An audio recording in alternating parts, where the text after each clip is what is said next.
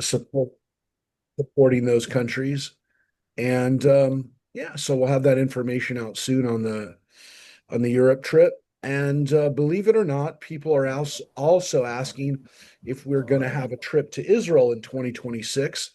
I don't know for sure that there will be, but if we have enough desire for it, and if we have people who want to do it, we will 100% do it. As long as people want to go to Israel and have an interest in being there, 100% will do it. So yeah, so like I said, next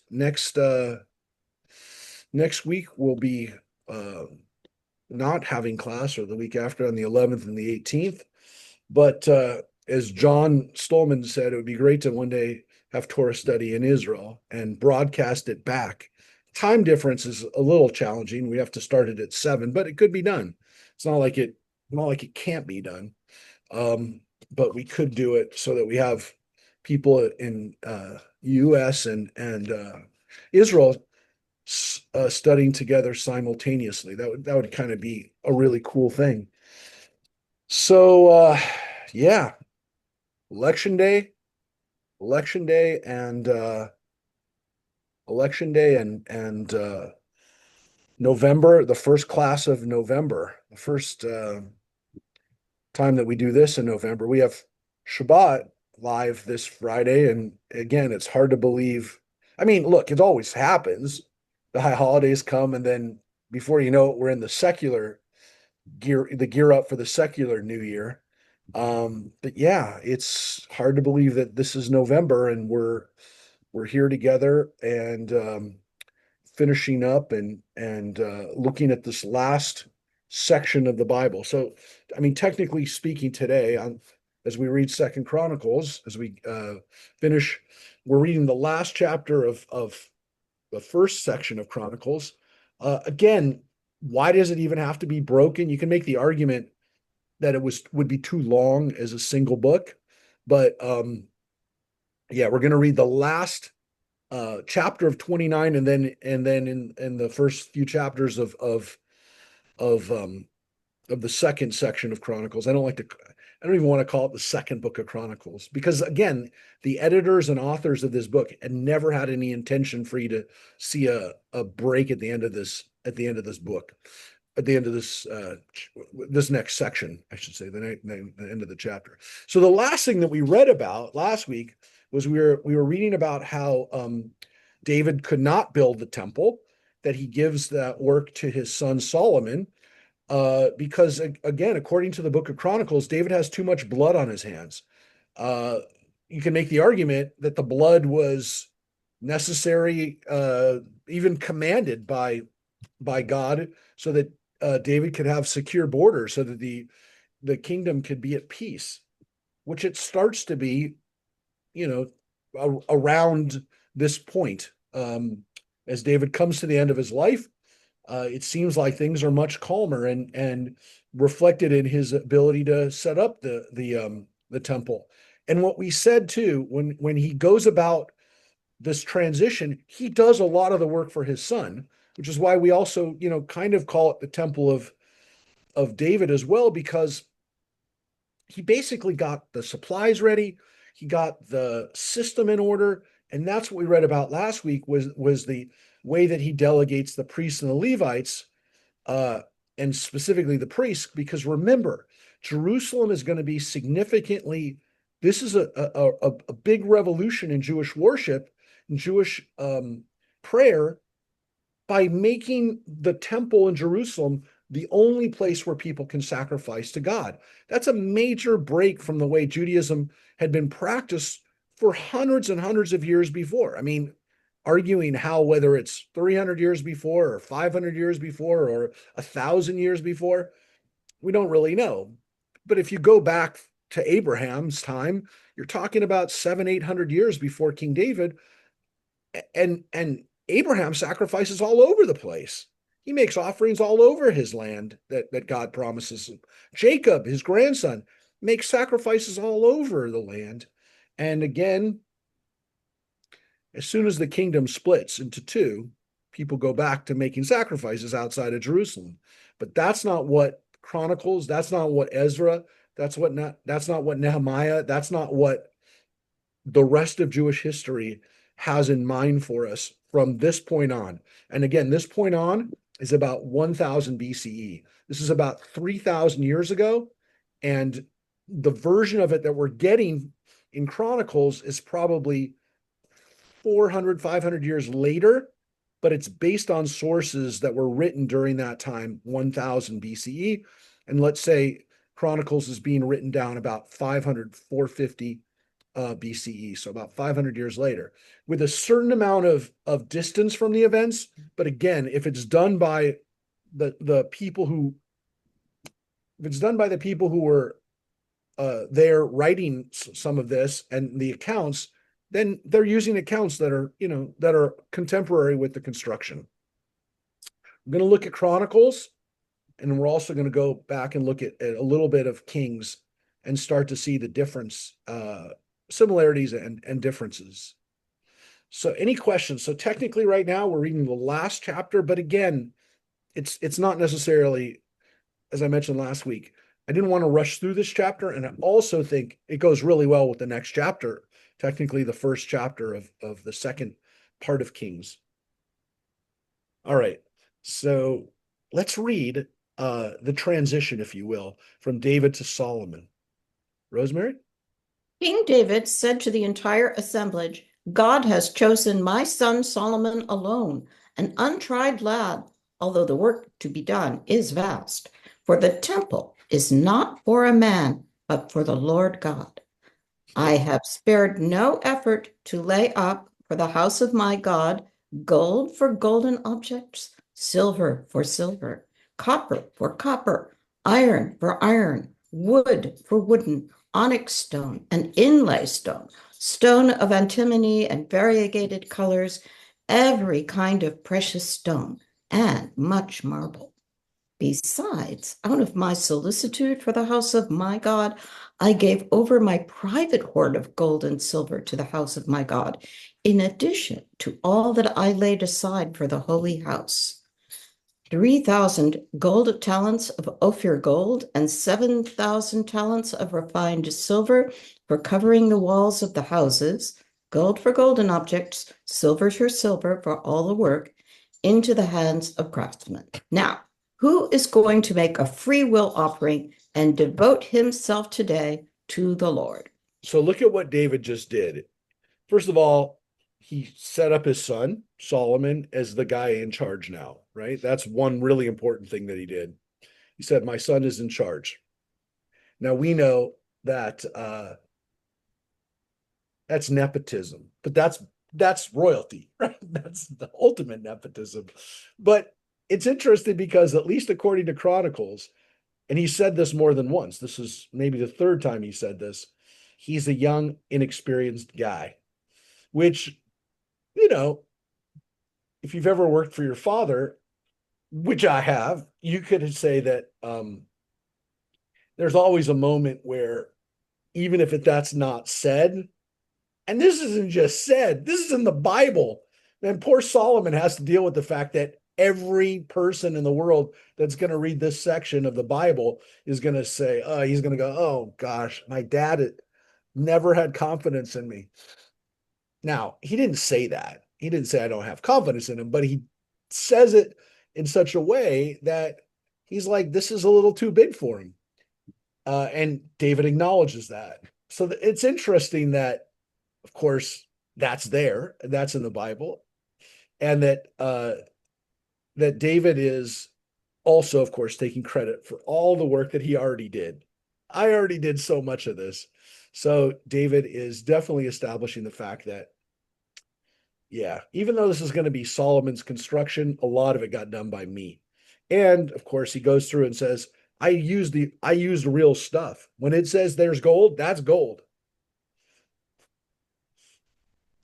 Sounds a little hauntingly too a little too relevant, hyper relevant. Yeah, but he tells you that he didn't use gold plating. He didn't use bronze or something that looks like gold or silver. When it says silver, it's silver. So he does this. And of course, as we just read, what does this all build to? I did my part, now you do your part. And this is a wonderful way to lead, right? By saying, I put up my money, now you put up your money, right? It's making an appeal speech. Yeah. And he does it the way you really got to do it, which is like, here's my money. Yeah, Makes it a lot easier, right, Rosemary? right. Rosemary's done that once or twice. Quite a lot. Hmm. So yeah, let's take a look at interesting too, by the way, the onyx and the all the other stuff. And there's antimony, there's rare earths. Didn't have to come from China. Hmm. Where did he get it from? Well, it's interesting because the word Ophir gold is African, or again, this gold that is mentioned in Queen of Sheba, this very high quality, important gold. So sometimes it's not even the fact that it's Zahav, but it's Zahav Ophir gold, which is interesting because even back then, there's different stuff here. But when you when you look at the stuff that they translate here, uh, the word that they translate for antimony is this word rikma. Uh, um, they have onyx too, right? Which is they translate that as shoham.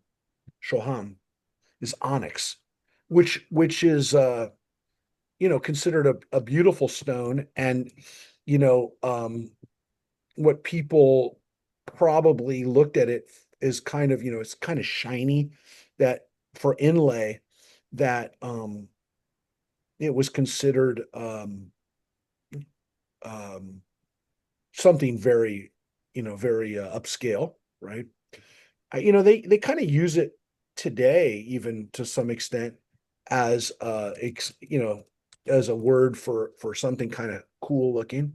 Um, it's interesting because the name Shoham, or the word Shoham, sometimes it's translated as Jasper as well, but it's a common Hebrew name, or a last name. Oftentimes, trying to see if it's think if it's not really a first name, but Shoham was oftentimes used as a last name by people when they wanted to have a Hebrew last name. If they had like a name like uh, um, they had like a Hebrew name, a Yiddish name that had like gold or silver or something like that like Silverberg or Goldberg or something, and they wanted to have like trying to think, there's some other ones too. If they wanted to have a name that was more Hebrew, they came up with words like onyx, uh, like the name Shapiro, which was a very common name in Jewish name. They would go back to calling it Shapir or Sapir, which is sapphire. So using those stones or those names was kind of like a way for Israelis to kind of reuse Hebrew, go back to the Hebrew. But I'm not sure why antimony is used. I don't know, by the way, I'm not 100% sure if they use that word for antimony now. They don't. They call it oh wait, hold it a second. Uh oh, you know what? They call antimony, yeah, avnei fuch. Avnei fuch is what antimony is. In Hebrew today, they use the word antimon, but but the Hebrew word that they used was fuch. So, and you know what they used it for? I believe. Let me just check. I want to be 100% sure when I say this. Night vision goggles back then. No, the Egyptians used it for you'll see what I'm going to show you a picture. You'll see. You'll know exactly where. So they probably got it, antimony. They probably got it from Egypt, because this is what the Egyptians used antimony for. Let me show you a picture. You'll know exactly right away what they used it for. Cosmetics. Yes.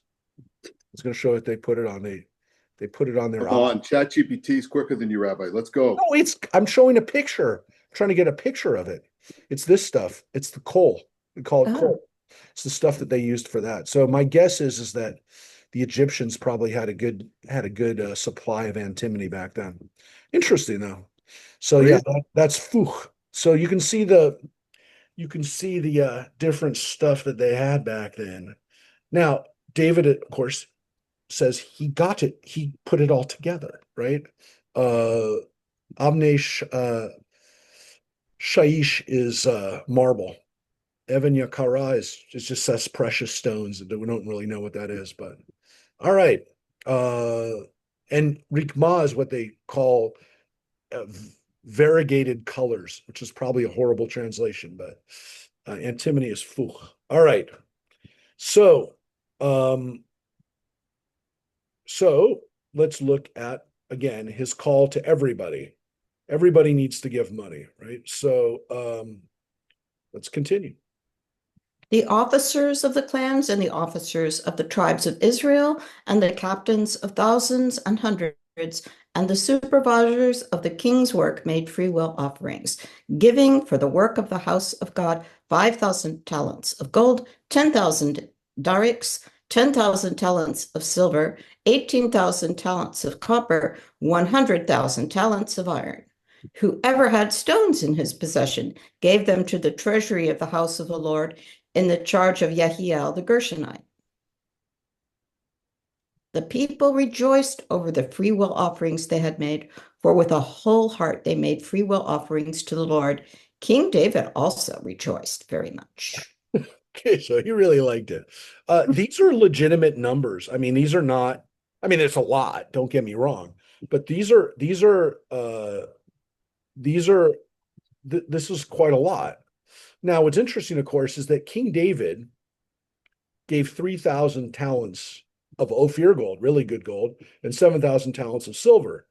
The rest of the people didn't come up with a whole lot more, meaning David's gave disproportionate according to this, didn't say how much iron he gave, but literally that's the least valuable of the metals that are mentioned there. And so they're given over to a guy named Yehiel, and Yehiel's job is to keep track of the treasurer. Yeah, he's got a really important job of keeping track of this. So there you go. Good times. David blessed the Lord in front of all the assemblage. David said, "Blessed are you, Lord God of Israel, our Father, from eternity to eternity. Yours, Lord, are greatness, might, splendor, triumph, and majesty. Yes, all that is in heaven and on earth. To you, Lord, belong kingship and preeminence above all. Riches and honor are yours to dispense. You have dominion over all. With you are strength and might, and it is in your power to make anyone great and strong. Now, God, we praise you and extol your glorious name. Who am I and who are my people that we should have the means to make such a free will offering? But all is from you, and it is your gift that we have given to you. For we are sojourners with you, mere transients, like our fathers. Our days on earth are like a shadow, with nothing in prospect. O Lord our God, all this great mass that we have laid aside to build you a house for your holy name is from you, and it is all yours. I know, God, that you search the heart and desire uprightness. I, with upright heart, freely offered all these things. Now your people who are present here, I saw them joyously making free will offerings. O Lord God of Abraham, Isaac, and Israel, our fathers, Remember this to the eternal credit of the thoughts of your people's hearts, and make their hearts constant toward you. As to my son, Solomon, give him a whole heart to observe your commandments, your admonitions, and your laws, and to fulfill them all, and to build this temple for which I have made provision. So this is David's prayer, if you will. This is not in the King's version, the Samuel and King's version of this. So again, this is the end of Samuel, beginning of Kings. This is a really beautiful, heartfelt testimony of David, which again is very humble. He has a lot of humility for himself. He also has a lot of humility for the Jewish people. And to some extent, it's for everybody, right? It's for all humankind. He says, what are we? We're not here for that long. And he's at the end of his life. He's thinking about his legacy. And what he says is that, look, what we've been given is really from you, and we're giving it back. And this has been an attitude that we've had in Judaism for a really, really long time, which is that when we give tzedakah, when we're giving, we're really giving what God gave us. It's not ours. It's not ours, not just because we can't take it with us, but because it really was given by God in the first place. So our ability to control it and to enjoy it and to live off of it during our lifetime is a blessing, but it was really never ours in the first place. This is a really important idea in Judaism. It's a really humbling idea. And I guess, one of the most important takeaways is if, one of the greatest Jewish individuals, definitely one of the most heroic, and again, not always perfect, very far from it, but one of the people that we look at as kind of the embodiment of what a person should be and can rise to greatness and chosenness and literally the Messiah, because he is the Messiah. He is anointed by God. If he can have that attitude, how much more should we? And that's why we say, if the greatest king of Israel and Solomon following him, if they achieve this greatness and they have this idea that it's only because of God that I have this greatness, that's a very, very special way of looking at what you attain in this world, and having humility and having a sense of appreciation for it, and understanding that I got to give it back. Not because, again, I want to feel good or because I want to have that extra ability to tell people, look how much money I gave, but because it's not really mine in the first place. This isn't communism. This isn't everything that I have is owned by everybody else. It's everything that I have is a blessing from God, because my life is a blessing from God. And so that's the attitude that we take away from David. It's a beautiful, again, very humbling way of looking at success. It's not just the people that help you attain success, your colleagues, the people who work for you, the people who, who've helped you, whatever, people who've educated you. It's from God. And so the only way for it to ever actually really be forever is if I give it back. Now, of course, it's not forever. The temple only lasts for 500 years. But if somebody told you that you could make a donation and it would last for 500 years and would be recognized and would be important, and quite frankly, that would be talked about 3,000 years later, I think you'd do it.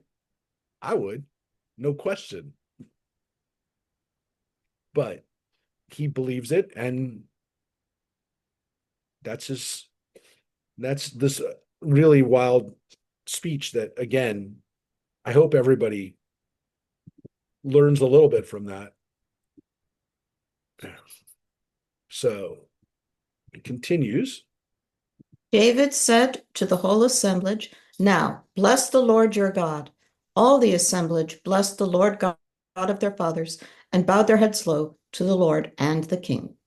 They offered sacrifices to the Lord and made burnt offerings to the Lord on the morrow of that day. 1,000 bulls, 1,000 rams, 1,000 lambs with their libations.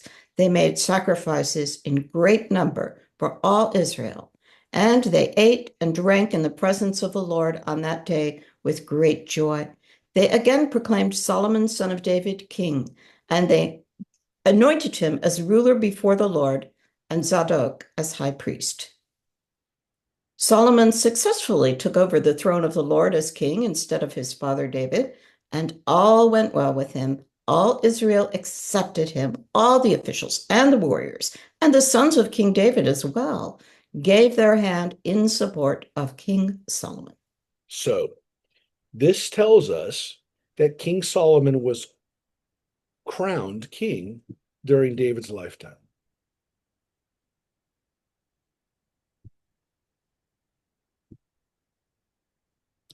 And it says that his brothers, the other sons of David, accepted this.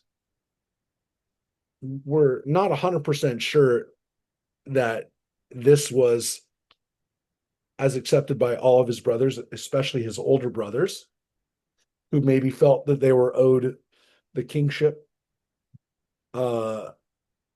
themselves, right? But this paints a very rosy picture of the transition, which is that the people, including the other people who were heirs, support this. Remember, Solomon is hardly the oldest son. There are so many sons ahead of him in the what should be the succession plan. I'm always fascinated by, what number somebody is in line for the throne of England, It's always interesting to see how that plays out. Because there were times when how that played out, people got killed over that. And so people could get killed now. And they do get killed, except for the fact that this book doesn't tell us that. We'll finish this chapter and then we'll take a little look at the real story or the other story or the story that we don't get here. So this is a very seamless transition story. The Lord made Solomon exceedingly great in the eyes of all Israel, and endowed him with a regal majesty that no king of Israel before him ever had. Thus, David, son of Jesse, reigned over all Israel. The length of his reign over Israel was 40 years. He reigned 7 years in Hebron and 33 years in Jerusalem. He died at a ripe old age, having enjoyed long life, riches, and honor, and his son Solomon reigned in his stead. The acts of King David, early and late, are recorded in the history of Samuel the seer, the history of Nathan the prophet, and the history of Gad the seer, together with all the mighty deeds of his kingship and the events that befell him and Israel and all the kingdoms of the earth. So you can understand why the Christian authors broke the book here, because it kind of says this is the end of King David's reign, and then Solomon's going to reign in his stead. And if you want to read more, read the other books. Now, unfortunately, we only have one of those 3 books, the book of Samuel. And we assume that that's the book of Samuel.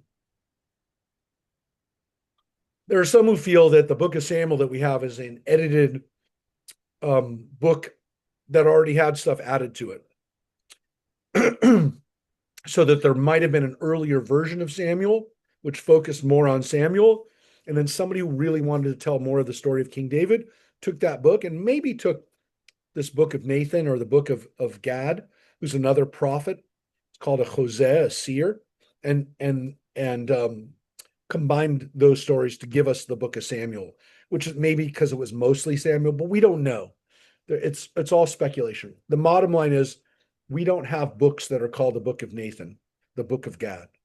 We don't have them. Um,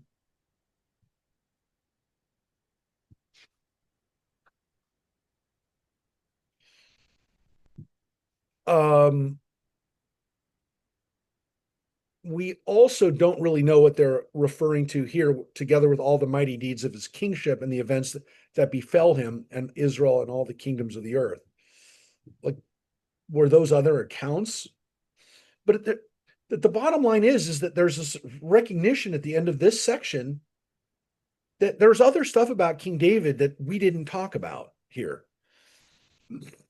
So, it's one thing for us to say the author of Chronicles didn't tell us everything.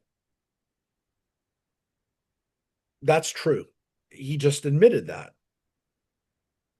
But it's a very different thing to say, which some people kind of like say, and they don't think about the fact that how could you say that? It doesn't say that those other things didn't happen. It doesn't say this is the only story. On the contrary, it says there's other information that we didn't have. So if there's a level of propaganda to this book, which clearly there is, the propaganda here is David was a great king who did great stuff, helped build the temple, and then he handed it over to his son Solomon to continue. Now, if this is again edited by people who are dealing with the end, the dynasty had already ended, they have an agenda, and their agenda is to basically tell us how we got from point A to point B without really telling us or needing to get into the weeds. It's not their issue. They're not talking about it. But it's a very different thing to say they obscured it or they hid it or they're lying to us or they're omitting this stuff. They're not. They told you that there's other books. So I kind of take offense at when people say the author of this book, is propagandizing. Yeah, every author, every writer of history is telling you the way they want to tell you history. They may say that they're doing it in as objective a way as possible, but nobody who tells a history is telling you the history the way that it happened completely, because you can't. Everyone's going to give their point of view, their perspective. And the author of this just told you there are other perspectives. There's other information out there. I'm not hiding it. So that's really important, that the Bible is not saying this is the only word and that's it. And again, some people say, okay, well, there's another version of this. The Northern Kingdom would have written a different version of this. Of course they would have. We don't trace our ancestry back to them, so we don't read that story. Yeah, they had a different version of what happens here, and it's not going to be as pretty with regards to David and Solomon. It's not going to treat them as well. But that's not the same as saying, hey, look, this isn't, that this is propaganda and that they don't want you to know those stories. I mean, arguably the stories that you're going to get are going to be more pro-David if you read Samuel, if you read Nathan, if you read Gad. They're probably going to be more pro-Israel. They didn't say go read the kingdom of Israel's history, even though the book of Kings says there is that book. There's a history of the kings of Israel. This is telling us that, again, the kingship was passed smoothly from one person to the other, and that, that's how we got there. I don't know what to tell you other than that's not just propaganda. That's definitely admission that other stuff is happening. Now, David is gone, right? It says he died. He enjoyed life, riches, and honor. He also had a difficult life of losing children, having his children rebel against him, having his children kill each other. This is not a guy who only has good stuff happening. But 500 years later, the person who's editing the stories together says, look, at the end of the day, this is what this guy did. And he had a pretty good life. And the face, when everything's taken together, pretty important, pretty great. Now, we're going to go into the next book. That's the end. And again, it's not a different section, so it's not really something to necessarily say a blessing over, because we're not really reading a new book, and you'll see why I say that. When we go to Second Chronicles, chapter 1, if you'll start there, Rosemary, we're going to start reading it because I want to show you what's not there. Okay. Solomon, son of David, took firm hold of his kingdom, for the Lord his God was with him and made him exceedingly great. Solomon summoned all Israel, the officers of thousands and of hundreds, and the judges, and all the chiefs of all Israel, the heads of the clans. Then Solomon and all the assemblage with him went to the shrine at Gibeon, for the tent of meeting which Moses, the servant of the Lord, had made in the wilderness was there. But the ark of God David had brought up from Kiriath Yearim to the place which David had prepared for it, for he had pitched a tent for it in Jerusalem. The bronze altar, which Bezalel, son of Uri, son of Hur, had made, was also there before the tabernacle of the Lord, and Solomon and the assemblage resorted to it. There Solomon ascended the bronze altar before the Lord, which was at the tent of meeting, and on it sacrificed 1,000 burnt offerings. That night God appeared to Solomon and said to him, "Ask, what shall I grant you?" Now, a couple things, because there is a version of this in the book of Kings, but I want to show you how we got from point A, from that point A to point B. Solomon is now in charge. It's interesting because Solomon, after his father made sure that there was this wonderful dedication of the temple, or in Jerusalem, he goes to Gibeon, to where the tabernacle is, and offers a sacrifice there.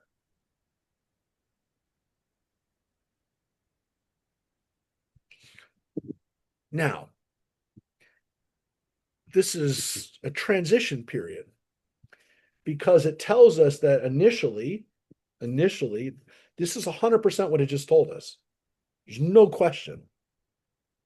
The ark was in Jerusalem, but the tabernacle was in Gibeon, not far away, but they're not in the same place. They've been separated. And people would offer sacrifices there at Gibeon, where the altar was, the one that Bezalel built in the desert, that they were separated. They didn't keep the things together.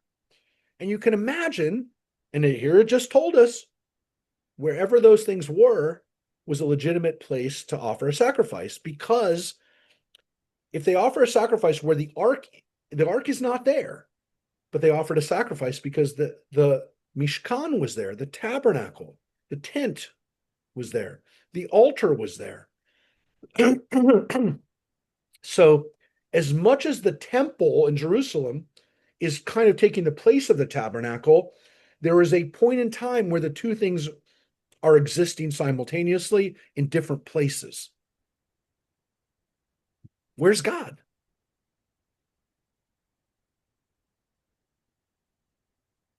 Everywhere. So this is going to be a critical issue. And you could probably guess, I'm not going to tell you yet, but how they're going to fix this. They're going to fix this problem. But here Solomon is in Gibeon, and he has a little time with God. By the way, not in Jerusalem, but in Gibeon. Solomon said to God, "You dealt most graciously with my father David, and now you have made me king in his stead. Now, O Lord God, let your promise to my father David be fulfilled, for you have made me king over a people as numerous as the dust of the earth.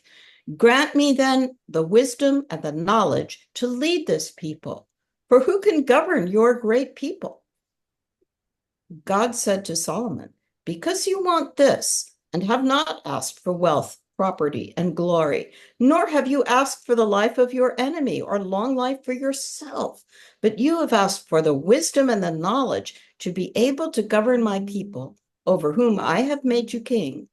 Wisdom and knowledge are granted to you, and I grant you also wealth, property, and glory, the like of which no king before you has had, nor shall any after you have. So you asked for the right thing, and because you asked for the right thing as king, I'm going to give you the other stuff too that you didn't ask for. That's pretty cool.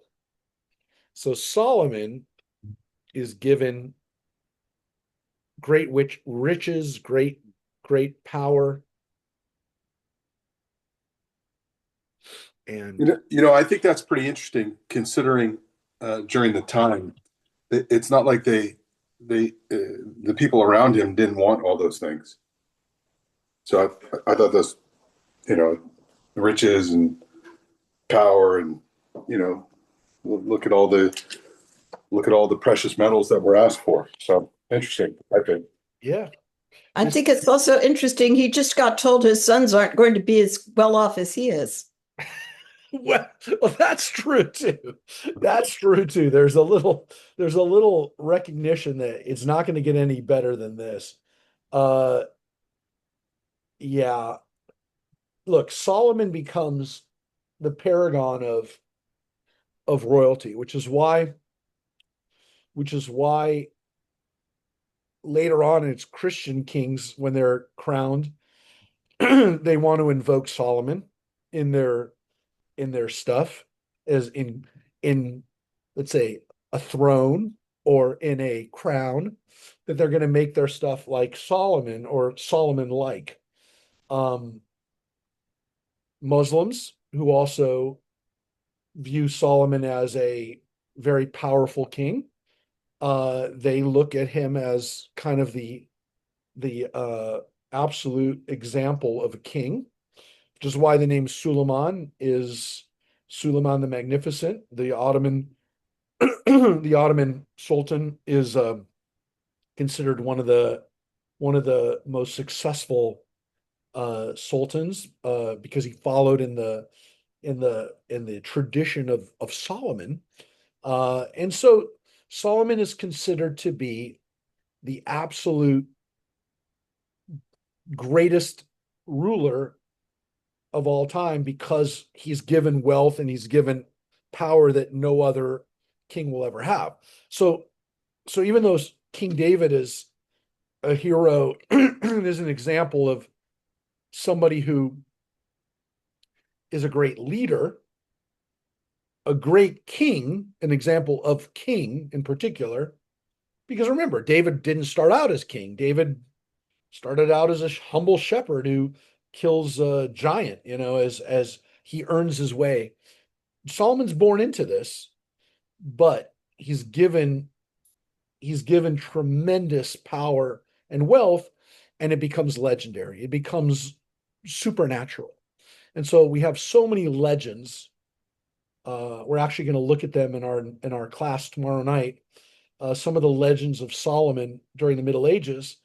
It exists in the Midrash and then is developed in the Middle Ages by Jewish and Christian writers who see Solomon as a guy who has, magical amulets, magical rings. He can control and speak to animals, and he can control them. He can control demons, which is why he has like the power over in Islam, what they would call the jinn or the genies, right? He has powers to do those kinds of things that are not even there. Nobody can have them except somebody who's given them by God. And so the legends grow and grow and grow over time over Solomon the Magnificent, the Solomon, there is no other ruler ever going to be like him. But if you can have his ring or his crown or his whatever, you could have pieces of his power, you know.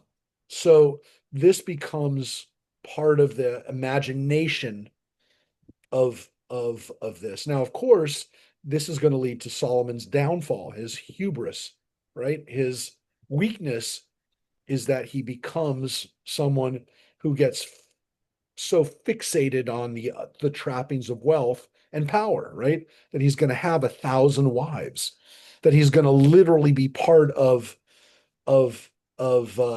he's gonna overextend his what he thinks is his reach, because at the end of the day, he's a human being.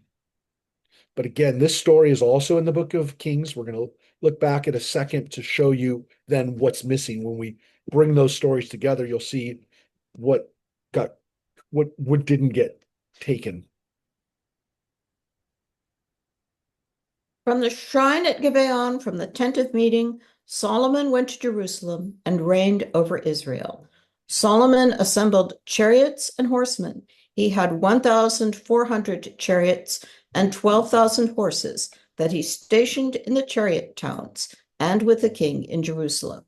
The king made silver and gold as plentiful in Jerusalem as stones, and cedars as plentiful as the sycamores in the Shephelah. Solomon's horses were imported from Egypt and from Kei. The king's traders would buy them from Kei at the market price. Is that how you pronounce that word? Yeah, okay, exactly. Okay. A chariot in Egypt. Okay. A chariot imported from Egypt cost 600 shekels of silver and a horse 150. These in turn were exported by them to all the kings of the Hittites and the kings of the Aramaeans. So it tells us what Solomon did, which is that he turned Israel into what it naturally is, which is a connecting point between Africa and Asia. And so what he does is he buys the stuff from Egypt and sells it back north to Turkey and to Syria. A capitalist. And he's making money on trade. Yeah, this is what Jewish people will become adept at, and sometimes again persecuted for, which is being middlemen. Mm-hmm. Nothing but middlemen, right? You don't create anything, you don't build anything, you don't grow anything, you just sell other people's stuff. And so this would be leveled at Jews for a long time as kind of, you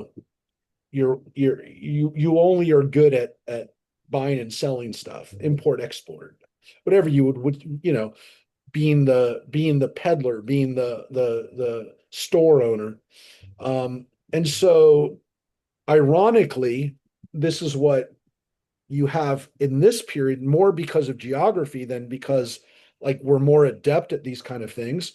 But look, we don't have a good coastline, so we're not mariners by trade. We don't have a lot of land, so we can't really be farmers, because Israel has very little arable land for growing stuff. And it does seem that we became fairly good craftspeople. And so there are craftspeople that will be located in Israel that will be doing things like making glass, or working in stone, or working in metal. But as far as what Israel is well suited for, it's well suited to be a trade destination. Now, some people say, well, like Israel today, the modern nation, is kind of fulfilling that role again. And I would say, yes, that's true to a certain extent, but it's not, because Israel is actually creating quite a lot. And what they're creating is not, again, something that needs a lot of space. Actually, it doesn't need much more space than this, because what Israel has done is it's capitalized on its human capital. We now have a system where people who come up with technology and who create software and who create and produce technology that in many cases does not take a lot of space or a lot of natural resources to create anymore, that Israel is absolutely creating stuff, is absolutely producing stuff. It just doesn't, we've reached a point where you can produce and create in a much smaller space. And so for Israel, this is a wonderful time because of the human capital. And quite frankly, because Israel is made up with people from all around the world, they can work with people all around the world. They have people who speak every language in Israel at a very high rate of incidence. The fact that you can walk into a building in Israel and find somebody who speaks you know Farsi and who speaks Russian and who speaks literally in one room, you just don't have that in many places. And so those skills, and again, the fact that we live in a very small world now through interconnectivity, Israel is able to do some amazing things. And so while there are similarities because, geography hasn't changed, Israel is still operating out of the same place, right? It's operating, thankfully, now out of the same space that it did during the time of Solomon. But what they're able to do now is they're able to not only trade, right? Not only work as a commercial point, but also as a technology hub and as a place that incubates and stimulates um, and stimulates technology and innovation at a rate that, again, no other country can really compete with, definitely not per capita. So again, other people say that, they've written about Israel as a startup nation. It's partly because of the military and people and the military needing to come up with technology and then allowing their engineers, the people who are working in the military to then incubate and then create technology based on the military technology. All of these factors are true, but again, I really want to point out that this is not exactly the same thing as Solomon's time when Israel also achieved some level of power and greatness. This is not like that. This is not a group of people that are simply a place of a nexus point of where different roads connect. This is a place now where Israel's value is through creation and not just through a point of connection. So in those days, it was also connected to the military, my friends. What is the value to these people? Horses. Horses because they're chariots. They're part of the tank in those days. They're literally the military technology, and this is what Israel is doing in the time of Solomon. Israel also makes money, by the way, on military technology, I should say. When we're really gonna look at the history, hopefully, of Israel's economy hundreds of years from now, that was an important transition period, was Israel being a place where military technology flowed in and out. And I Hey, will Mark. I will remind people that back in the 80s, I just saw a documentary about Iran Contra, that it was Israel that brokered that deal. It was Israel that sold the weapons to Iran uh, as part of that deal. That's where the Israel was the middleman because the United States couldn't sell the stuff to Iran. You would have thought that Israel couldn't sell the stuff to Iran either, but Iran had no issue in the 80s buying the military parts they needed for their war with Iraq from Israel. So it's not exactly this, but it's close. It's a little close. It's a little too close. And That's an interesting thing for Solomon, right? Is he's arming people in Aram and he's arming people, the Hittites, the people in Turkey. And you got to be careful because you don't want those tanks to roll back on over your country. Uh, it's a dangerous thing, and to some extent, again, it's a dangerous thing for Israel today when they sell armaments and they work on military technology, that the technology that they develop doesn't wind up in the hands of their enemies. So, again, not exactly the same, but there's some elements here that are eerily familiar. Yeah, Judith. So they're using horses and they're valuing horses. Yep. But horses need a lot of water. Yep. Was the environment that different? Or No. And what was interesting is that um finding these chariot towns, and we found one of them. We've excavated, we found a few, we've excavated a couple. Hatzor is one of the ones that we excavated. When we found these towns, when Israel was reestablished, and and Israel was able to do some archaeology in parts of the country, they found some of these chariot. They found one in Megiddo as well. These chariot uh, fortresses. They're literally stable fortresses where we see exactly what the Bible talks about. And it was a really important breakthrough. Again, there are people who said it's too late, it's not from that period. It pretty much is from that period. I mean, the people who are minimalists, who want to say that this is all invented, were really have to deal with the fact that these definitely exist. These stables are clearly stables. There's no, I shouldn't say no. Everybody will find something that they could say, well, it's not a stable. It's really a barrack. It's really for people. It's a house. And you always find people that'll try to come up with another theory, but it's pretty well established that these chariot towns that we found are real, that they date from this period, and that they were very, very, very expensive infrastructure to create for exactly the reason you just said, which is water, but also they require a great amount of food to feed these horses. So if you have 150 horses, if you have 1,000 horses, I mean, that's a tremendous amount of money that it takes to maintain them. So these were major, major infrastructure costs that Solomon took on. So as much as we talk about the temple that he built, what he does by establishing these chariot towns is also, I want to say equally significant, but in many ways, maybe more significant for his power, for his ability to establish himself as king and to cement his authority, but also to kind of send a message to his subjects, which is, look how powerful I am. Don't get out of line. And as we know, as soon as he dies, they do get out of line, because as soon as he dies, the North rebels, which means those northern chariot towns that he built, his son Rehoboam no longer has access to them, because they're now part of the kingdom of Israel. So this infrastructure doesn't last very long. Let's say it lasts like 60, 50 years as part of a unified kingdom.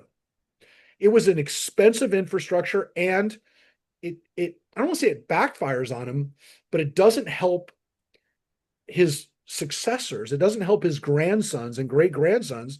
The fact that he's established chariot towns that are now in the north that they have. Again, they have some good kings in it. Well, I shouldn't say good kings in Israel. They have some powerful kings in Israel who are really, like, especially this really powerful guy that we talked about, King Ahab, who's horrible, but who's really good at doing the same thing, which is establishing chariot armies. And when you have the chariot army, you're at a level that the smaller kingdoms or the smaller fiefdoms or the smaller city states, they can't compete with. If you can send 2,000 chariots at an enemy in those days, you can obliterate them. That's why the story of Egypt, when they come after us and they have all of their chariots washed away in the Red Sea, that's what's so important about it. That's why they sing songs about those chariots. It's not just the fact that the Egyptian army or the people got washed away. It's that the chariots get washed away. Once the chariots are washed away, and each one of those chariots costs 600 shekels of silver, every time one of those things gets broken or gets lost, our enemies are weaker because they have one less tank or they have one less airplane that they can put against us. The big deal.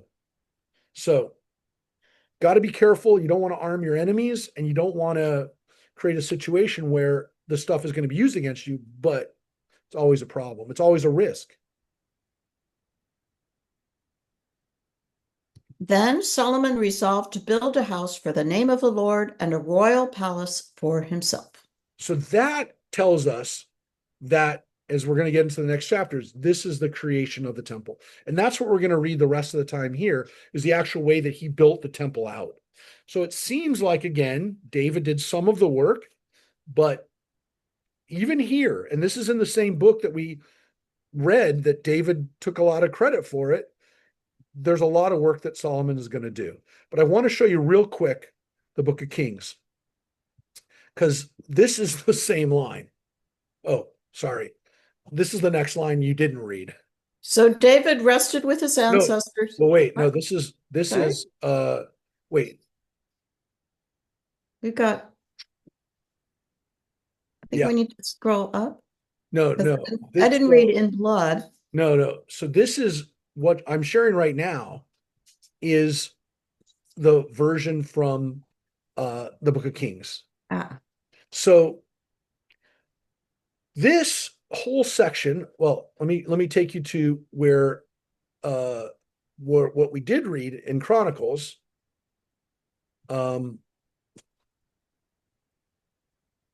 What we did read in Chronicles, oh geez, I need to move this down just a tad. This is where the book of Kings starts. King David was now advanced in years, and though they covered him in bedclothes, he never felt warm. Now, I told you the book of Samuel ends with the book of Samuel ends with that same thing we read in Chronicles about the census. The book of Kings begins this way, which is that David is now old and he can't get warm. Wonderful version of this, I think, not perfect, but a wonderful version of this part of the Bible is recounted um, um, uh, I think it's one of the best works of biblical fiction that you can read. Not perfect. It's not perfect, but I think it's got some amazing things because it's written from the point of view of David. It's written by Joseph Heller, not a bad writer, right? Right? He's the guy who wrote Catch 22, 22. one of the most, it was groundbreaking, most important, I don't want to say, one of the great works of the last century, comedy of, it's an amazing book still. I just read it a couple of years ago again, and it's so good. This is not Catch 22. I don't want to say that, but it's written by the same guy.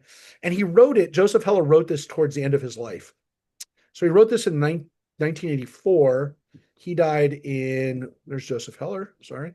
He died in 1999. So it was 15 years before he died. But he's definitely writing it as a older guy who is kind of coming to terms with his own mortality. And I will tell you that this is so you can see it was a commercial success. Here it says undeveloped. Okay, but it's David talking to us and telling us about what it's like to watch his life come to an end, and his feelings of mortality and his feelings of, I can't get warm, can't stay warm.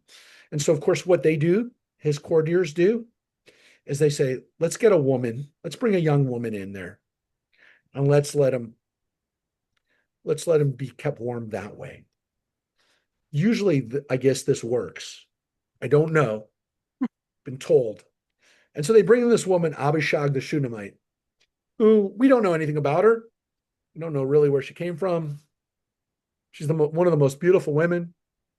It says so. That was her qualification. She's brought to him to keep him warm. And it says the king was not intimate with her. Doesn't seem like a detail that you needed to know, but you 100% needed to know that, because this poor young woman becomes the linchpin for what happens.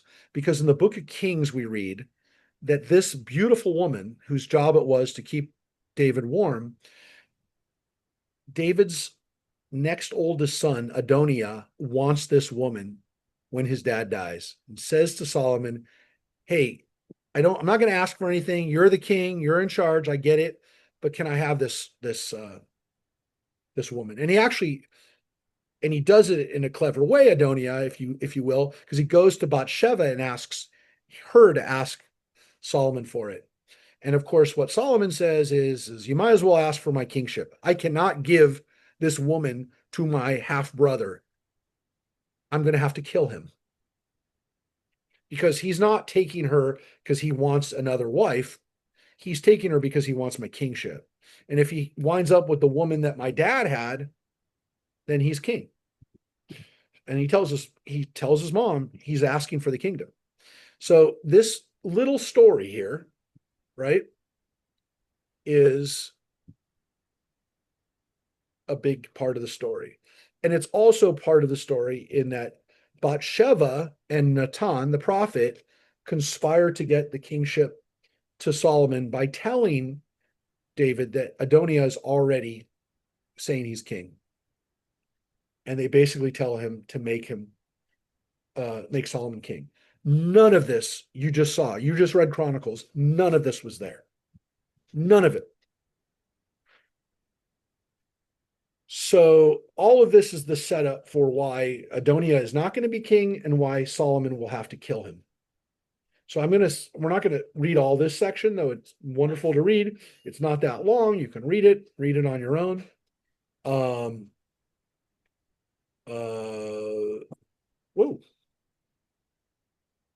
So David is still alive at this point, right? But he tells Solomon, you're the king, be good, follow in the ways of God, which is kind of what he told him before. And we had a version of, right? Solomon is told by his dad, do a good job, be a good king, follow the rules, follow the mitzvot.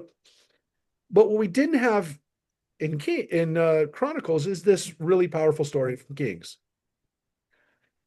Listen to God, but also listen to me, because I'm going to tell you right now, you have to kill my cousin Yoav. Right? You know what Yoav, son of Zeruiah, did. He killed the commanders of Solomon's army, Abner and Amasa. He killed them. And he killed them in cold blood. What they call in those days the blood of war and peacetime. And he killed them. Now, the argument that Yoav would have made is, I don't want these guys around, because if they're around, they're going to be a threat to your kingship. So Yoav did it for the kingship, if you will. But David says, no, man, this guy's a bloodthirsty dude. And he says to Solomon, act in your wisdom and see that his white hair does not go down to Sheol in peace. Kill him. He says, but with Barzillai, right, he helped me when I was fleeing from Absalom, when Absalom did the rebellion. Protect that guy. I promised him that he would be protected. So you take care of that guy. That guy you take care of. But the next guy, Shimei, the Benjaminite, he insulted me outrageously at the same time. When Absalom kicked me out, he came out to Mahanaim and he humiliated me. And while I told him I was never going to kill him, when I'm not king anymore, the bet is off. All bets are off on him. He's dead. So he tells Solomon, kill that guy. Right? You're a shrewd guy. You know what to do.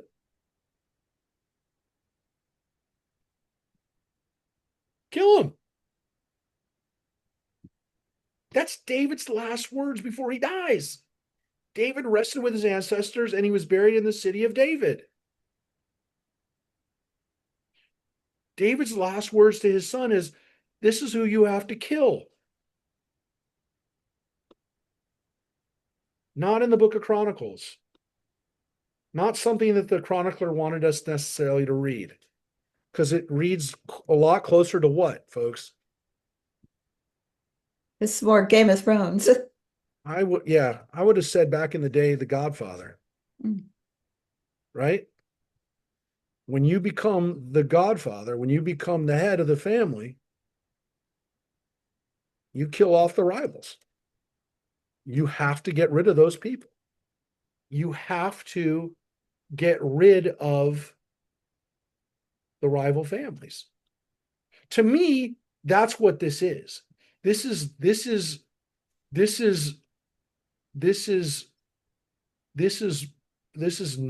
Michael Corleone. You say, do you renounce Satan? I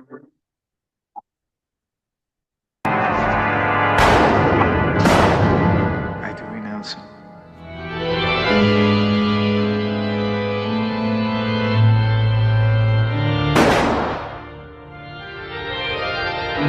And all his works?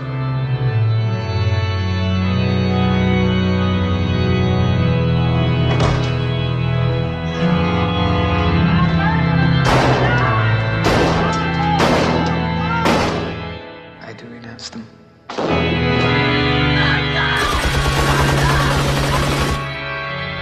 And all his pomps? I do renounce them.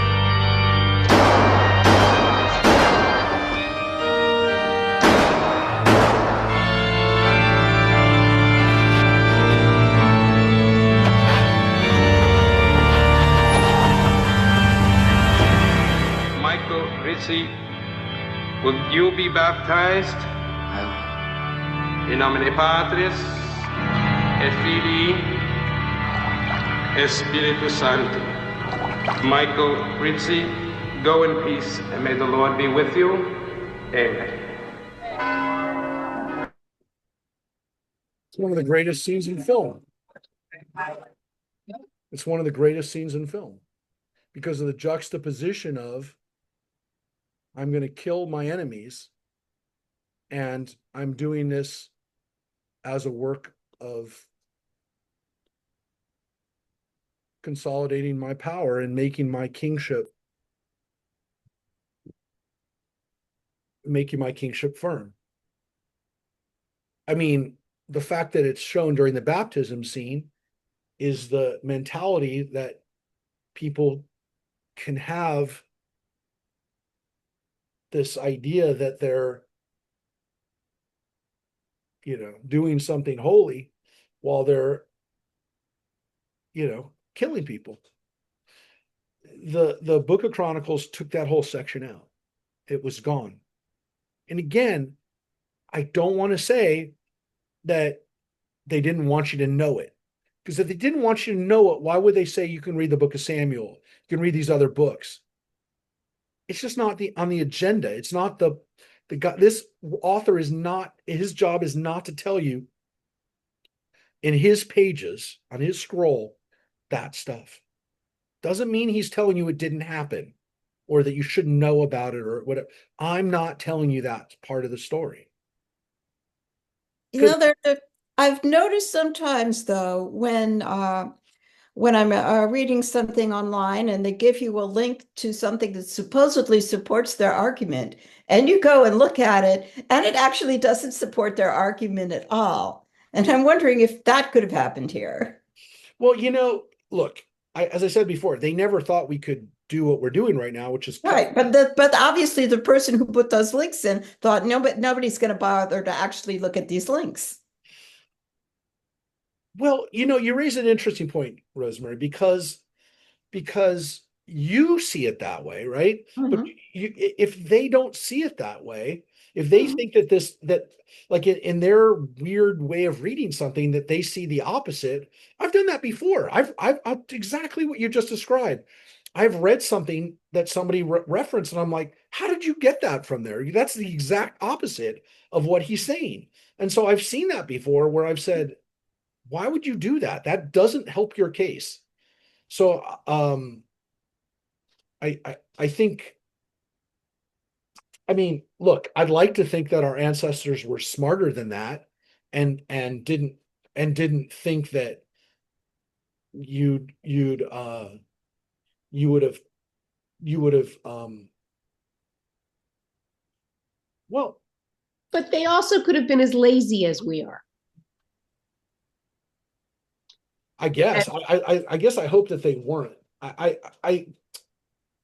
think that I think that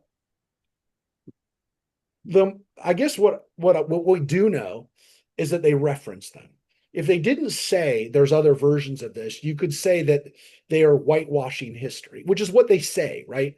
What I'm saying is that this isn't a whitewash of history if they referenced it, because there's no way that you can read those sections. And even if you think, and look, what do I know? Yoav seems pretty bloodthirsty to me.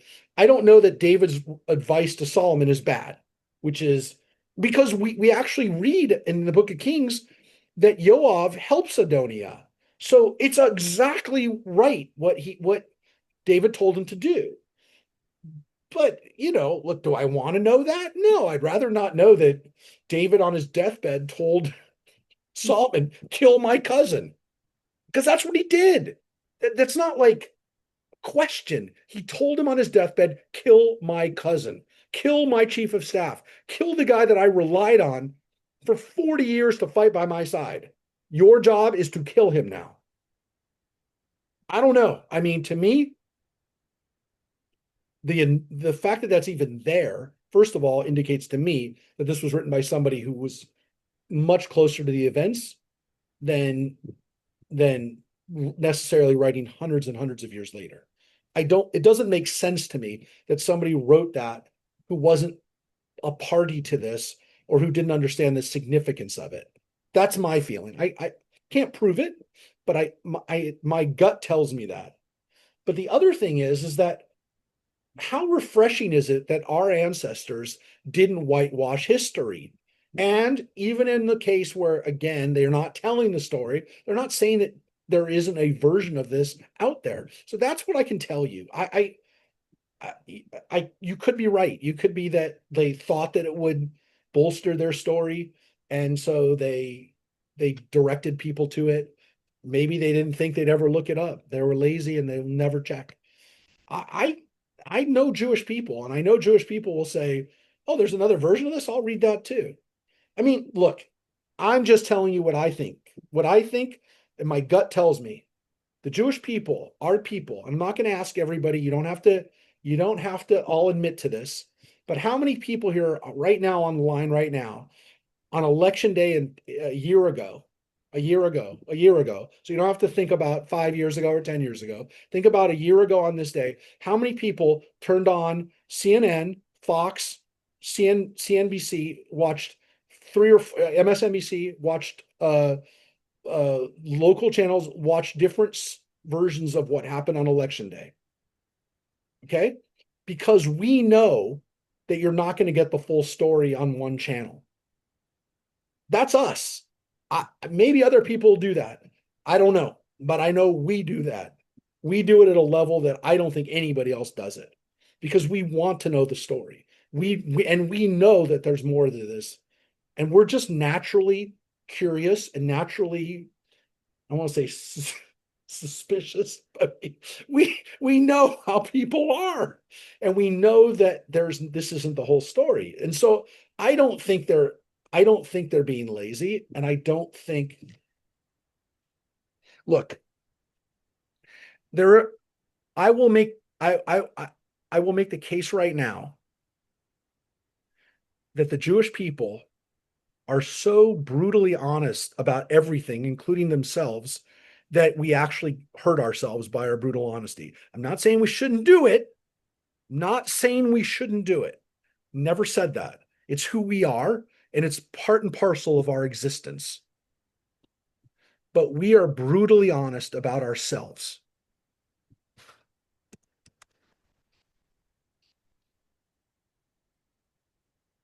Okay? And we can't help ourselves. Can't help ourselves. What's the biggest story in Israel right now, folks? Somebody tell me what the biggest story in Israel right now is. There's one story right now that is completely dominating the story of what's going on in Israel right now. Somebody, anybody? Nobody? You've heard it. If you follow the news from Israel, you know what happened.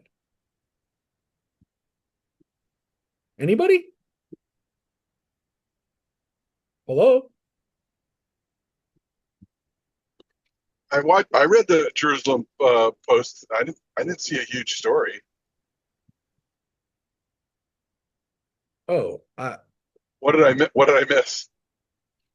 well, what's going on in Israel right now is a complete crisis in the military and in the leadership right now because of nobody. So wait a minute. The march of the Haredi about being drafted? Nope. Nope. Okay. It's the This one. is the story. Sorry, I was offline most of yesterday. Nope. This is the story, my friends. No, This is what's going on in Israel right now. Nobody knows the story. Can you read it? I'm driving. Or the headline. The headline. oh, This the is- surveillance video. This is NPR, so this is going to be a fairly, it's NPR, right? Until last week, Major General Yifat Tomer Yerushalmi was the Israeli army's top lawyer. Now she is behind bars and at the center of a scandal rocking the country after a bizarre sequence of events that included her abrupt resignation, a brief disappearance, and a frantic search that led authorities to find her on a Tel Aviv beach. The soap opera-worthy saga was touched off last week by Tomer Yerushalmi's explosive admission that she approved a leak of a surveillance video at the center of a politically divisive investigation into allegations of severe abuse against a Palestinian in a notorious Israeli military prison. The video shows part of an assault in which Israeli soldiers are accused of sexually abusing a Palestinian detainee. By leaking the video last year, Tomer Yerushalmi aimed to expose the seriousness of the allegations her office was investigating. Instead, it triggered fierce criticism from Israel's hardline political leaders. After she resigned from under pressure last week, her critics continued to heave personal insults. Do you understand what just happened? Do you understand that? I mean, do you understand that Israel right now is dealing with the fact that these videos were released that make the Israeli army look terrible? And the person who released it was the person essentially in charge of this information at the highest level.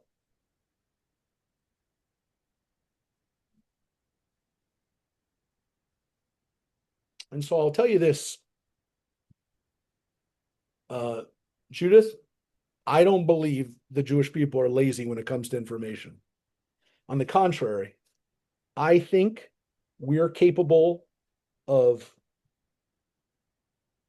for the sake of truth, for the sake of our commitment to being honest, we'll hurt ourselves if that's what has to happen.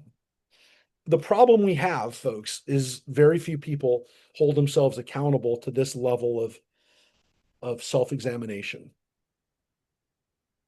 Again, not arguing the fact that we shouldn't do it, not at all. I'm just telling you the fact, which is that Israel is the only country that, number one, would have ever had this type of thing happen, where somebody took a video of it. And number two, oh, wait a minute. We leaked stuff from Abu Ghraib. there's no question that we did it. And by the way, there's a lot of similarities to this, but the difference, Rosemary, would be is if the person who leaked Abu Ghraib video was I don't know who the head of, I mean, at that time it would have been like someone like Rumsfeld or Yeah. somebody at that level of power. And that's not how that happened. With all due respect, those were videos that were taken by enlisted soldiers. And again, maybe these videos were initially recorded by enlisted officers or soldiers, but the people who leaked them were not enlisted. These weren't just officers. These were the people who made the decisions on how this stuff would be prosecuted in the first place. And they did it because they felt that the prosecution was not going to be undertaken with that level of they felt it was going to be swept under the rug. Now, I'm only going to say this, and not again a justification for it. If this happened in Saudi Arabia, the person who was responsible for taking the video would have disappeared, and the person who released it would disappear.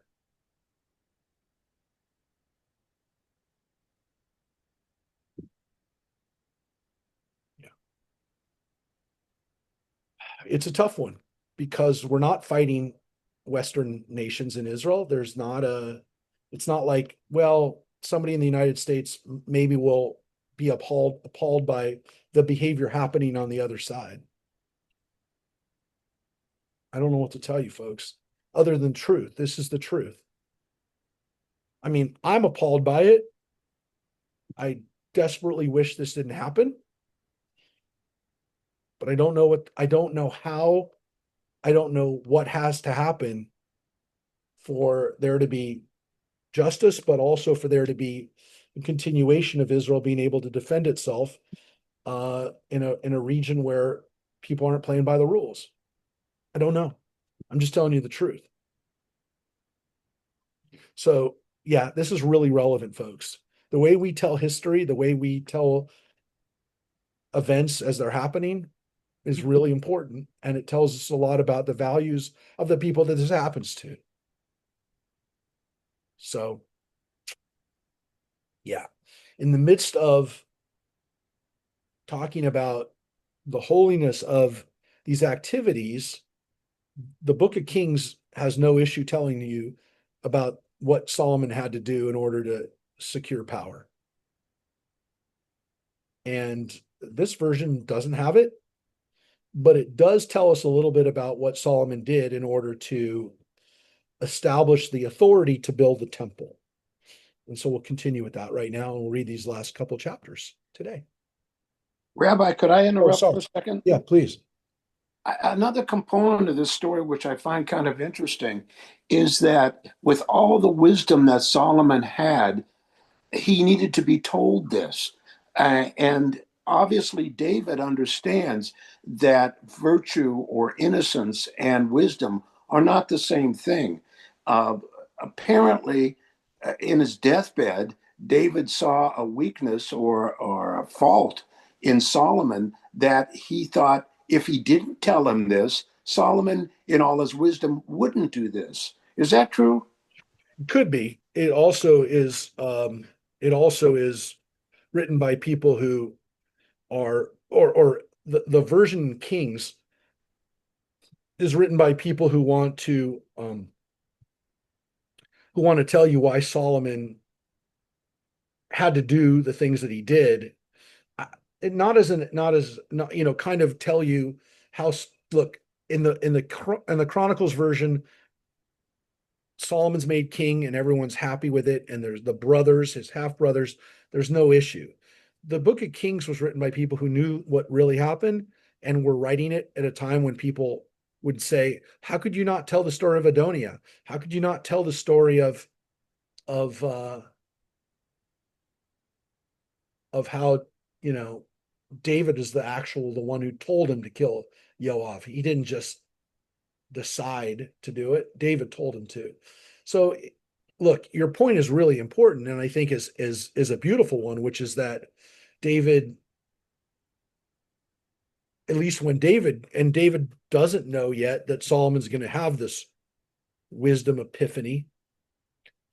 And so he doesn't have it when David talks to him at his deathbed. He hasn't been given this burst of information yet. Yeah, the way the rabbis kind of imagine it in the Midrash, that his mind just he takes one of those like limitless pills like Bradley Cooper does in that movie, where he just everything is connected now. So if he doesn't know that when David talks to him, then yeah, then he needed it. But I think there's also this, I think your point is one that how do you get wisdom? You get wisdom by listening to people, and while there's this other part of it that he gets that's like super natural, that's inherent too. It's an interesting point too, because in Judaism we actually differentiate the wisdoms and the I don't say wisdom, the wisdom from knowledge from discernment. I've mentioned this before in the Kabbalistic kind of spherot, in the emanations of God, that we have 10 emanations of God. 3 of them apply to our mental faculties, I would say, because there's 3 things. There's Chokhmah, which is wisdom, often translated as Sophia, which is regarded as is almost a separate, in some cases, is a separate entity and deity in the Greco-Roman influences and in the Gnostic influences. That's wisdom, and that's what they use here, the word chokhmah. But there's another word that we have, which is bina, which is discernment, which is the ability to kind of know what's right and wrong, to be able to like to weigh the scales and to say, well, that's a good decision and that's a bad decision. It's different from wisdom in that it has, some people would say it's the emotional intelligence. It's the EQ, or what, the Goldman book of of knowing, of making good decisions when you're put in a situation. The last one is dot, which is knowledge or information, and that's the person who just has a lot of trivia, who knows a lot of stuff, and they just are filled with encyclopedic knowledge. Those are the 3 types of and again, traditionally we understand that everybody has like strengths and weaknesses of those 3. No one has all 3, but we aspire to have all 3, and we recognize that they're different. So if David has wisdom, or David has wisdom to impart to Solomon, it makes sense because he's younger and he's got wisdom. And so wisdom is something that we get from experience and we get from other people. It's passed to us. And again, Dod might be that intrinsic intelligence that we have, information that we've learned from a book, or that we can synthesize by seeing something and be able to process it quick. Bina is the one where, again, it's kind of hard because to even describe, because it's really just good judgment, maybe being able to make a good call. So why is that also relevant? Because those 3 knowledge forms that are Kabbalistic, emanations, in the Orthodox world, in the Hasidic world, those were taken as 3 things together: Chet, Bet, and Dalet. That's Chabad. So Chabad's ancestry originally goes back to this idea that we're going to encourage all 3 forms of mental of of aspiring to all 3, to heighten all 3 levels of our capabilities mentally. So that's what the word Chabad means. It's an acronym for Chokhmah, Bina, and Da'at. And so Solomon traditionally has wisdom. We're seen as that he has this wisdom, which maybe he had beyond his years. He doesn't seem to always have the best examples of Bina, of judgment. Though the interesting thing is that we don't have this story, but the very, very, very famous story after he asks for the wisdom, right? When he asks for the wisdom in our version of it from Chronicles, in Kings, I'll just show you very quick the version of that story of I'll just, like I said, I just want to show it to you very quick, since it's one of our favorite stories of the Bible, one that we always talk about because it's the example of how smart this dude is. We have this wonderful story of Solomon's wisdom. So right in this version of it from Kings, it says that Solomon, this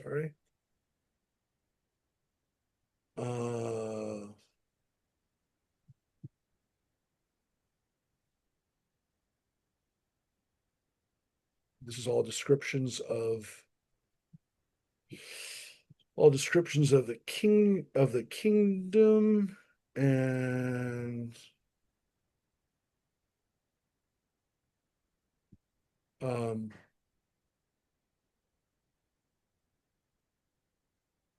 this is his prayer to God. This is a whole long version of it.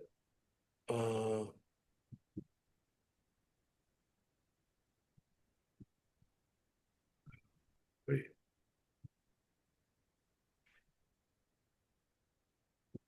Did I go too far? I think I went too far. I did. Sorry. Miss Shiva. Yeah, I went too far. It's earlier.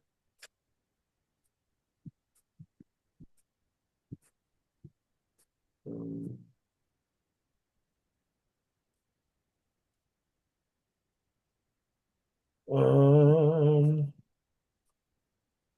a second. Sorry. 1 minute. I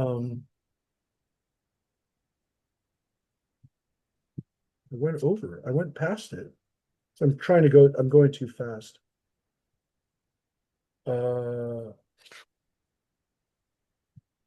So here's the Gibeon story in Kings. Okay, he goes there to sacrifice. It's almost the same thing, right? You dealt graciously, right? I'm a young lad. Here he says, I'm a young lad, right? And he says, grant me an understanding mind, right? And lahavin, that's the word for bina, for judgment. And God said, because you asked for this, I give you everything. That's the same version, right? This is the same version. And then Solomon awoke and he was all happy. He makes his sacrifices. And then there's this story. Like, so in the Kings, it's literally right after the story of him asking for the wisdom is the story of the ladies, which again, when you're a kid, they don't tell you they're prostitutes. They leave that part out. There's just two women who have babies, right? The baby story, right? They come and they say, this woman, I live in the same house. I gave birth to a child. Well, she was in the house. On the third day after I was delivered, this woman also gave birth to a child. We were alone and just the two of a house. During the night, the woman's child died because she laid on it. Right there, it tells us she laid on it. She arose in the night and took my son from my side while your maidservant slept, and laid her in her bosom, and laid the dead son in my bosom. When I rose in the morning to nurse my son, there he was dead. When I looked at him closely in the morning, it was not the son I had born. The other woman spoke up, no, the live son is my son, and the dead one is yours. The first one says, no, the dead boy is yours, mine is the live one, and they went on arguing before the king. You all know this story, right? It's a great story. Solomon shows his wisdom. His discernment, even. The king said, one says, this is my son, the live one. And the dead one says, this is yours. The other says, no, the dead boy is yours. Mine is the live one. So the king gave the order, fetch me a sword. And a sword was brought before the king. And the king said, cut the live child in two, give half to one and half to the other.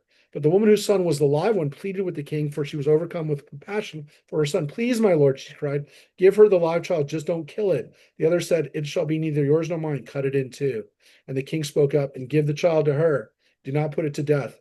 She is the mother. Solomon's great act of showing that he has this wisdom that God gave him, this discernment. Everybody sees that story now, right? It comes right after it.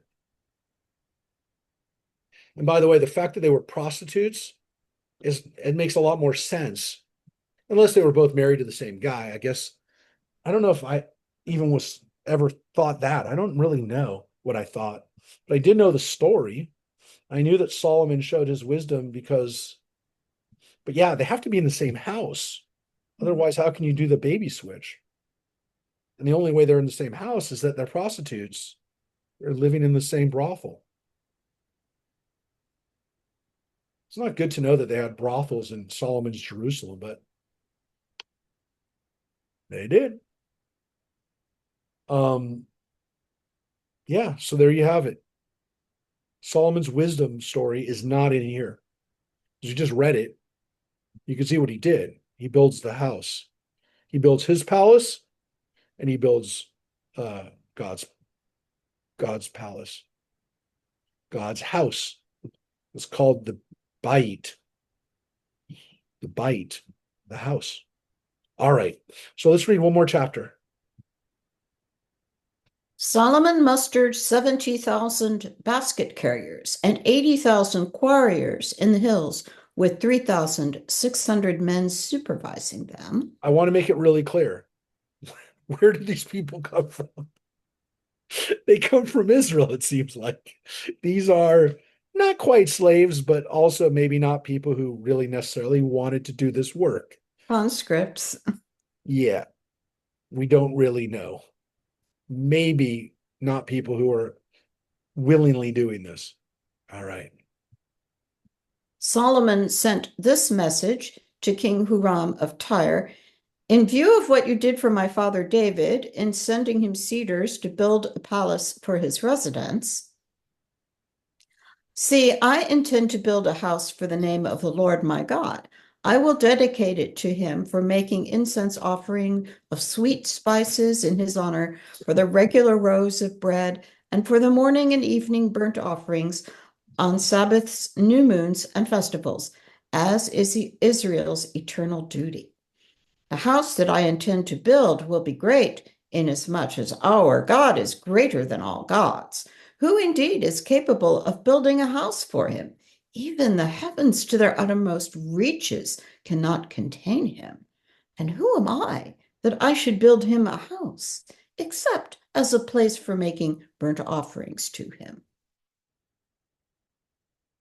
Now, send me a craftsman to work in gold, silver, bronze, and iron, and in purple, crimson, and blue yarn, and who knows how to engrave, alongside the craftsmen I have here in Judah and in Jerusalem, whom my father David provided. Send me cedars, cypress, and algum wood from the Lebanon, for I know that your servants are skilled at cutting the trees of Lebanon. My servants will work with yours to provide me with a great stock of timber, for the house that I intend to build will be singularly great. I have allocated for your servants, the woodcutters who fell the trees, 20,000 kor of crushed wheat and 20,000 kor of barley, 20,000 bath of wine, and 20,000 bath of oil. Huram, king of Tyre, sent Solomon this written message in reply. Because the Lord loved his people, he made you king over them. Now, again, his name here is King Huram instead of King Hiram. It's a slightly different version of it. We don't know if it's a scribal error because a yud and a vav are very easily mixed up over time. If the yud extends down, or if the vav gets cut, it becomes different. I mean, in this case, we would say the yud dragged down in scribal traditions because the Hiram version is the older version. Of course, King Hiram is really important for the mythology it starts here in the Bible, but really important in Masonic lore. If you're a Mason, you definitely know about King Hiram.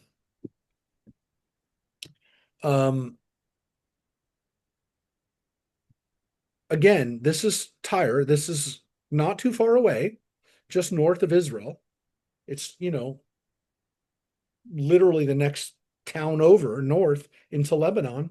But these guys were known to be wonderful craftsmen, especially with woodwork, especially with the cedars of Lebanon, which are still very important. They're very important for, how many flags have a tree on them? Lebanon's got a cedar, still very important. And the cedars of Lebanon was a symbol of the strength, the strong and beautiful tree in the Bible that we refer to as an example of like the strongest tree you can have is a cedar of Lebanon, which is why we named our hospital in LA, the Jewish hospital, Cedars of Lebanon, which then merged with another Sinai hospital and became Cedar Sinai. So the Cedars of Lebanon, even though they're not in Israel, the Cedars of Lebanon are examples of really beautiful and strong trees. And they smell nice too. I think so. Anyways, so Hiram agrees. Huram continued, Blessed is the Lord God of Israel, who made the heavens and the earth, who gave King David a wise son, endowed with intelligence and understanding, to build a house for the Lord and a royal palace for himself. And there you can see the words all used together.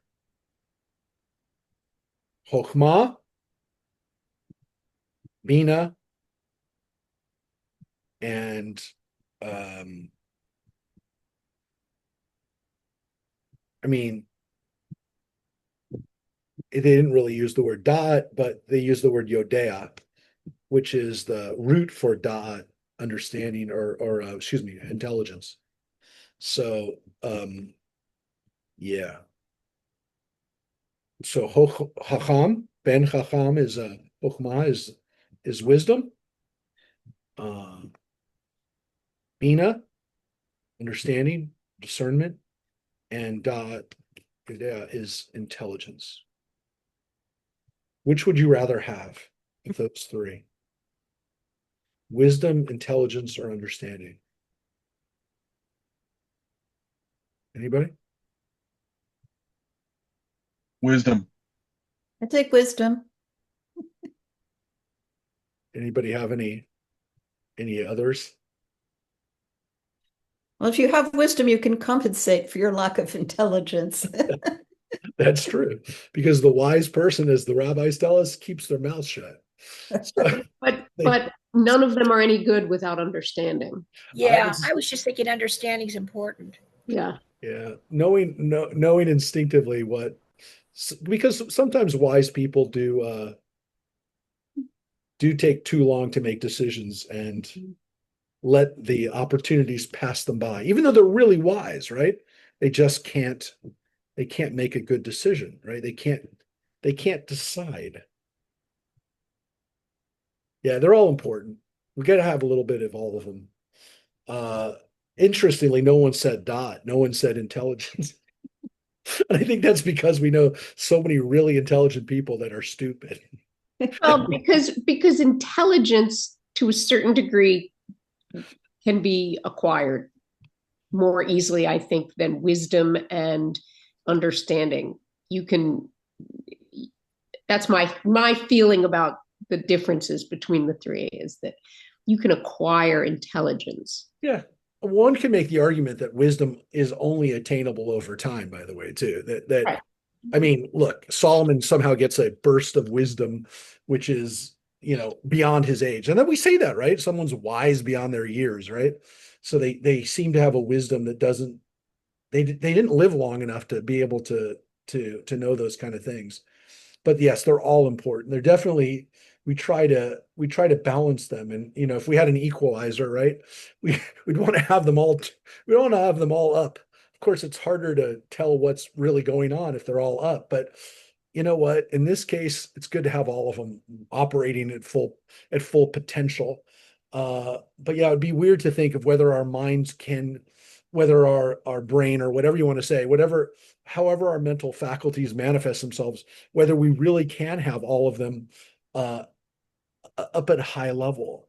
But yeah, there's a lot of intelligent people we know, and I've known several of them that are like the exact worst examples of wisdom, or definitely goodness. We'd say that oftentimes, by the way, that wise people are oftentimes good people too. Definitely people who seem to have discernment usually are good people, especially if they like use their discernment in positive ways. I guess if you're just clever, For good, not evil. yeah. If you're really clever and you have good discernment, you don't necessarily have to be good. But yeah, I mean, I don't know if any of these are intrinsically make you a good person. Um, Judaism definitely thinks of it that way. And Judaism definitely, I think, elevates Chokhmah higher, in that we have like books that are like we talked about in Ecclesiastes, where Chokhmah is like, it exists, as a as a entity almost. And then in some of the versions of pseudepigrapha, 100%, Chokhmah exists as like a partner with God. Sometimes the divine feminine is actually written out as Sophia, as that's in the Da Vinci Code. But yeah, it's interesting that none of them are intrinsically good. But Judaism also, we call someone who's a chacham, that's like what we aspire to be. You don't really talk about someone who's a dad, who's knowledgeable. I mean, there are, but it's not necessarily like what you aspire to be. You would aspire to be a chacham, to be a wise person, right? All right. So let's keep going. Now I am sending you a skillful and intelligent man, my master Huram, the son of a Danite woman, his father a Tyrian. He is skilled at working in gold, silver, bronze, iron, precious stones, and wood, in purple, blue, and crimson yarn, and in fine linen, and at engraving and designing whatever will be required of him, alongside your craftsmen and the craftsmen of my lord your father David. Yeah. So Hiram, King Hiram or Huram, sends a guy named Huram, who happens to be a half Jew. Well, this is interesting. Why does he even point out that his dad is Tyrian, but his mom is Danite, is from the tribe of Dan, which is in the north? Makes sense. They're in the same region. Interesting. And one of the reasons that it's so interesting is because it tells us that in the biblical period, this dude was not Jewish. That's right. It was He had your a Jewish dad. mother, but he's not a Jew. Yeah. Now he's like he's a part of your people partly by his mom, but you don't consider him Jewish, but he's one of your people, kind of. Interesting, right? Yeah, he knows how to work in all these things, right? He's a craftsman. He also knows how to work in the argamon. He knows how to work in the purple or kind of reddish purple, and he also knows how to work in the tachelet, that blue. We don't really know that blue, royal blue, the blue that is in the talit. It's in your fringe. He knows how to work in that cool color that comes out of Tyre. Yeah. Rabbi, if he wasn't Yeah. Jewish, what was he? He was Tyrian through his dad, but he was also an Israelite, but through his mom. But they pointed it out to us because of that distinction. Yeah. That's why it's so interesting. You never see it. You never see that with your dad is Israelite, but your mom is, I mean, you don't have a guy who we point out, your dad is Israelite and her mom and his mom was something. We don't care. It's not an issue because he's an Israelite. Yeah. As to the wheat, barley, oil, and wine, which my lord mentioned, let him send them to his servants. We undertake to cut down as many trees of Lebanon as you need and deliver them to you as rafts by sea to Jaffa. You will transport them then to Jerusalem. Makes sense. We're going to float them down to you. That's the easiest way to get them to you. Rather than take them overland, we're going to take them to Jaffa, and then you'll take them back up from Jaffa, from Tel Aviv to Jerusalem. Solomon took a census of all the aliens who were in the land of Israel, besides the census taken by his father David, and they were found to be 153,600. That's a lot, by the way. It's a lot of non-Israelites. He made 70,000 of them basket carriers and 80,000 of them quarriers, with 3,600 supervisors to see that the people worked. Hey, now you know where those people came from. And next week, we're going to read about the actual construction. Or not next week, sorry. 3 weeks from now. We're off next week and the week after, and we're going to read about the construction of the temple. But yeah, right at the beginning of this chapter, you heard there are a lot of workers. Got to have a lot of workers to build this. Went too far. Right? Mm-hmm. Okay. Here it is. There, you just passed it. There it is. There they are. There they are. That's where they came from. Kind of told you at the end. Again, tells us this in Kings.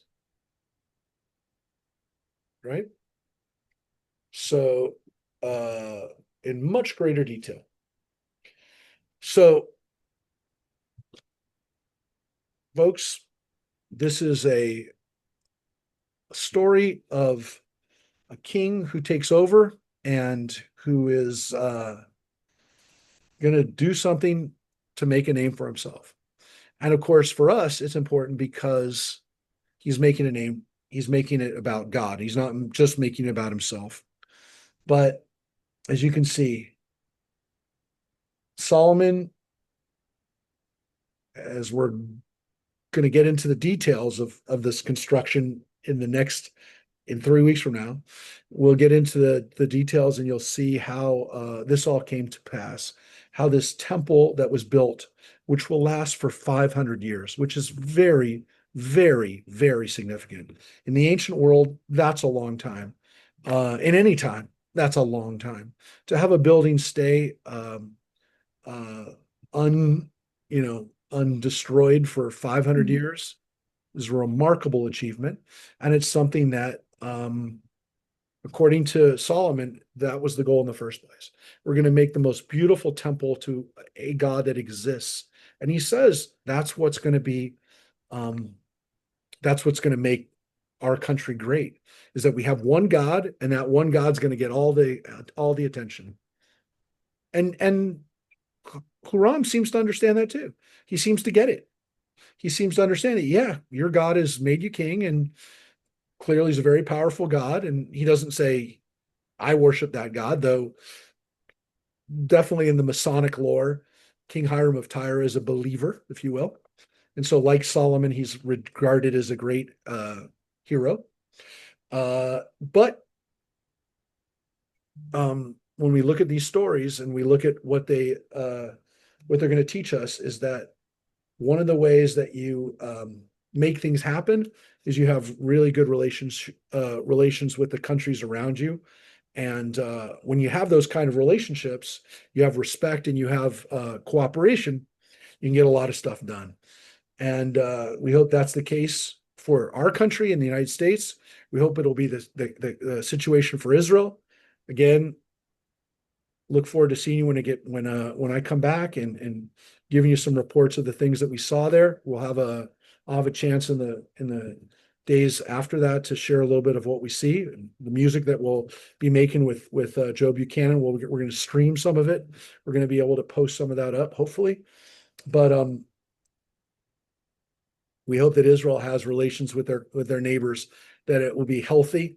And man, wouldn't that be amazing that if in the next couple of years Israel has a relationship with Lebanon? Israel has technically been in a state of war with Lebanon since 1948. Israel and Lebanon have never had a peace treaty. And if Israel and Lebanon can work together, country that has a very, very rich and varied makeup. There's a lot of people in Lebanon today who have I was just talking with one of my friends from Lebanon who's Armenian. It was a very large Armenian community. It had a large Jewish community at one point. That the Christians and the Muslims and all the people that live in Lebanon could one day be free of Hezbollah and be free of the acrimony and the civil war that they've lived with for much of the last 60 years. Gosh, if that country and Israel could have relations and it's possible, folks. It's really possible. And Israelis and Lebanese will be able to go back and forth. You'll be able to take a boat from Nahariya or from Haifa to Beirut, and you'll be able to walk around the beautiful promenade in Beirut, and you'll be able to eat at those French restaurants and the great life that used to be in Beirut, as it was the Paris of the Middle East, they used to call it. Gosh, that could happen. So we might be closer to that than we ever have been in 77 years. So let's hope that we come to a time when the leaders of Lebanon and Israel will have this kind of relationship. All right, everybody. We'll see you soon. And Safe travels. Safe travels. Safe travels. Be well. Thank you, everybody. Bye-bye.